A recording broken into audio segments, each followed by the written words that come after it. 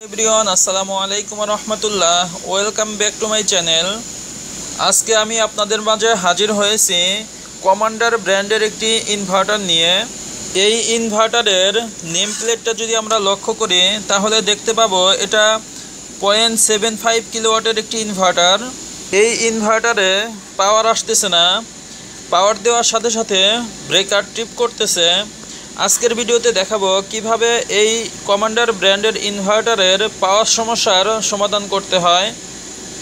Video শুরু করার পূর্বে বলতে চাই, আপনি আমার চ্যানেলে নতুন হয়ে থাকলে অবশ্যই চ্যানেলটিকে সাবস্ক্রাইব করে ইন্ডাস্ট্রিয়াল ল্যাবের একজন সদস্য হয়ে যাবেন।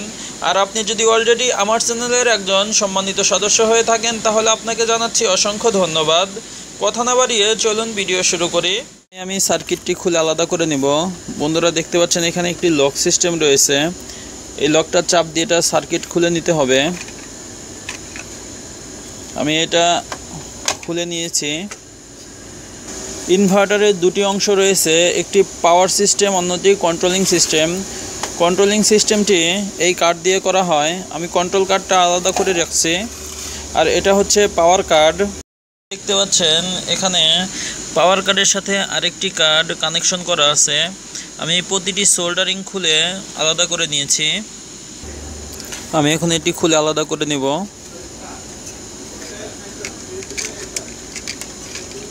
বন্ধুরা দেখেন এখানে আইজিবিটির প্রতিটা অংশ আলাদা আলাদাভাবে ব্যবহার করা হয়েছে, এখানে কোনো মডিউল ইউজ করা হয়নি।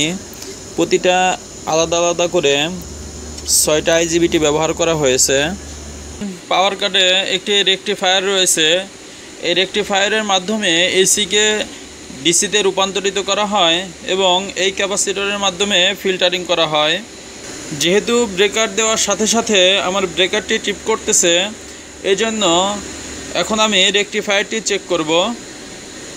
আমি রেকটিফায়ারটি খুলে নিয়েছি, এখন বোর্ড থেকে আলাদা করে মাল্টিমিটার দিয়ে চেক করে নেব।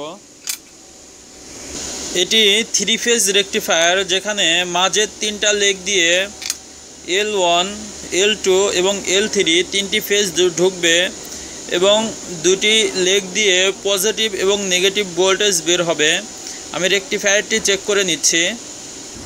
রেকটিফায়ারটি চেক দেওয়ার জন্য আমি এখানে পজিটিভ নব ধরে 3টা ফেজ মেজারমেন্ট করব। বন্ধুরা দেখুন সাউন্ড হচ্ছে, শর্ট দেখাচ্ছে, তার মানে বোঝাচ্ছে রেকটিফায়ারটি খারাপ হয়ে গিয়েছে। আমার হাতে একটি নতুন রেকটিফায়ার দেখতে পাচ্ছেন, এই রেকটিফায়ারটি আমি রিপ্লেস করে দেব। এখন রিপ্লেস করার আগে আমি মাল্টিমিটার দিয়ে আপনাদেরকে এটি চেক করে দেখাচ্ছি। বন্ধুরা দেখুন একটা পার্ট দিচ্ছে, ডায়োডের পার্ট দিচ্ছে, 3টা সেম পার্টই দিবে। বিপরীতভাবে যদি ধরি একটা ডায়োডের পার্ট পাচ্ছি, পজিটিভ নেগেটিভ ধরলেও একটা পার্ট পাবো। সব মিলিয়ে আমার নতুন ডায়োডটি সম্পূর্ণ ভালো। এখন আমি এটা সার্কিট বোর্ডের সাথে সেট করে দেব। বন্ধুরা সার্কিট বোর্ডের মার্কিং এবং ডায়োডের মার্কিং মিল করে আমি এটি লাগিয়ে দিচ্ছি। নতুন রেকটিফায়ারটি লাগিয়ে নিয়েছি এবং আনুষঙ্গিক এইখানে মসফেট থেকে শুরু করে প্রতিটা আইসি আমি চেক করে নিয়েছি। এখন আমি এই লোকেশনে এই কার্ডটা সেট করে দেব, আগের মতো করে লাগিয়ে দিচ্ছি।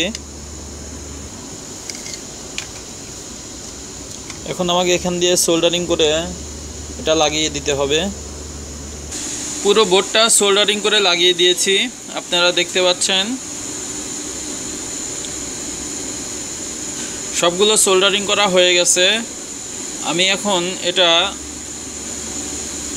সেট করে পাওয়ার দিয়ে দেখব এটা পাওয়ার আসতেছে কিনা, তারপরে আমি অল ওভার চেক করব।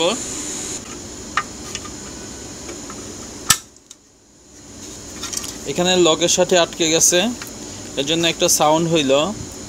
এই লকের সাথে যখন বোর্ডটা লেগে যাবে তখন এরকম একটি সাউন্ড হবে, এখন টানলেও এটা আর বের হবে না। এখন আমি এর বডির অংশটা লাগিয়ে দিচ্ছি।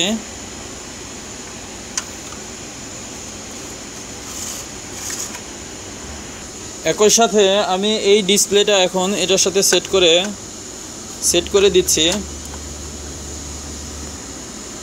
পুরো সিস্টেমটা আমি সেটিং করে কমপ্লিট করেছি। আমি এখন প্রথমে এখানে 220 পাওয়ার ইনপুট করে পাওয়ারটা চেক দেব, দেন সব কিছু ঠিক থাকলে দেন আমি 3 ফেজ পাওয়ার দিয়ে এটা চেক দেব। বন্ধুরা খেয়াল করুন, L1 L2 L3 তিনটা ফেজের ভিতরে আমি L1 এবং L3-তে 220 পাওয়ার ইনপুট করব। বন্ধুরা খেয়াল করুন, আমি 220 পাওয়ার অন করে দিচ্ছি। এখানে পাওয়ার দেওয়ার সাথে সাথে পাওয়ার চলে এসেছে এবং ইউভি অ্যালার্ম আসছে। যেহেতু আমি সিঙ্গেল ফেজ 220 ইনপুট দিয়েছি, এজন্য ইউভি অ্যালার্ম আসছে। এখন আমি 3 ফেজ পাওয়ার ইনপুট দিব। এখানে আমি 3 ফেজ পাওয়ার ইনপুট করলাম। আমি ব্রেকারটি অন করে দিচ্ছি। বন্ধুরা দেখেন, এখানে ব্রেকার অন করার সাথে সাথে পাওয়ার চলে আসছে, একটা অ্যালার্ম চলে আসছে।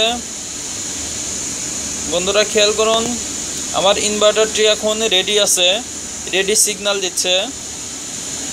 কমান্ডার ইনভার্টার রিপেয়ারিং নিয়ে এই ছিল আজকের ভিডিওটি কেমন লেগেছে অবশ্যই কমেন্ট বক্সে লিখে জানাবেন। ভালো লেগে থাকলে বন্ধুদের মাঝে বেশি বেশি শেয়ার করুন। সবাইকে অসংখ্য ধন্যবাদ জানিয়ে আজকের ভিডিও এখানেই শেষ করছি। আল্লাহ হাফেজ।